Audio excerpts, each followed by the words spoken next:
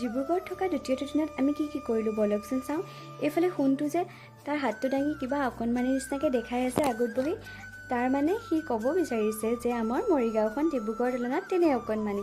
এইফালে তাৰ আকৌ এটা পেণ্ট কিনিবৰ বাবে আমি জুডিঅ', মেক্স, ৰিলায়েন্স ট্ৰেণ্ডছ একোকে বাকী নাৰাখিলোঁ, গোটেইখনতে চাই ফুৰিছোঁ। তাৰ যদি কোনোবাটো কালাৰ পচন্দ হয়, কোনোবাটো চাইজত নিমিলে, আকৌ কোনোবাটো ডিজাইনে পচন্দ নহয়। এনেকৈ কৰি যে গোটেইবোৰ ঘূৰি ফুৰিব লগা হ'ল। এইফালে ময়ো আকৌ ঘৰতে জোতা চেণ্ডেলৰ বেগটো এৰি থৈ গ'লোঁ। ঘৰত পিন্ধা চেণ্ডেলযোৰে আৰাম হ'ব বুলি গাড়ীত বহি ডিব্ৰুগড় পালোঁগৈ। তাতে গৈ প্ৰব্লেম ফেচ কৰি আকৌ এযোৰ কিনিবলগীয়া হ'ল। এইফালে আমাৰ সোণটোৰ আকৌ এটা পেণ্ট পচন্দ হ'লগৈ এই টিবেটিয়ান মাৰ্কেটখনত। তাকো আকৌ 50টামান পেণ্ট চোৱাৰ পাছতহে। ঘৰলৈ অহাৰ পাছত মহাই গাহৰি আৰু ঔটেঙাৰে ধুনীয়াকৈ এসাঁজ ৰান্ধি খুৱালে। আবেলি আকৌ আমি সোণটো ডক্টৰৰ ওচৰলৈ বুলি লৈ গ'লোঁ, মানে ৰাতিপুৱাতে আমি এপইণ্টমেণ্ট লৈ থৈছিলোঁ। এইফালে তাক ডক্টৰক দেখাবলৈ বুলি মাহীয়ে ভিতৰলৈ লৈ গ'ল আৰু আমি দুটা বাহিৰতে বহি থাকিলোঁ।